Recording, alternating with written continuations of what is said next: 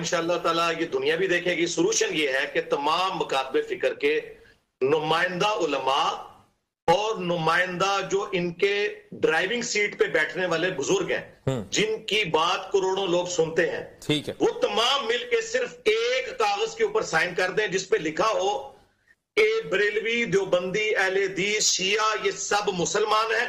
غیر مشروط لکھنا ہے, یہ چلاکی نہیں کرنی کہ اگر شرک نہ کرتا ہو, اگر گستاخی نہ کرتا ہو, اگر تعریف قرآن کا قائل نہ ہو. یہ اگر جو ہوتی ہے نا یہ ہے چلاکیاں, کیونکہ میں تو رہا ہوں سب کے ساتھ مجھے پتہ ہے.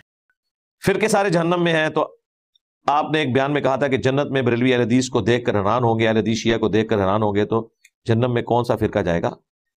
جہنم میں جانے کا مطلب ہرگز یہ نہیں ہے کہ مسلمانوں کے فرقے ہمیشہ کے لیے جہنم میں جائیں گے. یہ جو آیا نا 72 فرقے جہنم میں جائیں گے, اس میں یہ الفاظ نہیں کہ ہمیشہ کے لیے جہنم میں جائیں گے. یعنی اپنے گناہوں کو بھگت کے اگر ان کے عقیدوں میں شرک, کفر والا معاملہ نہ ہوا تو اللہ تعالیٰ at the end of the day انہیں بخش دے. کہ اگر ان کے عقیدوں میں شرک, کفر والا معاملہ نہ ہوا. غیر مشروط لکھنا ہے, یہ چلاکی نہیں کرنی کہ اگر شرک نہ کرتا ہو, اگر گستاخی نہ کرتا ہو.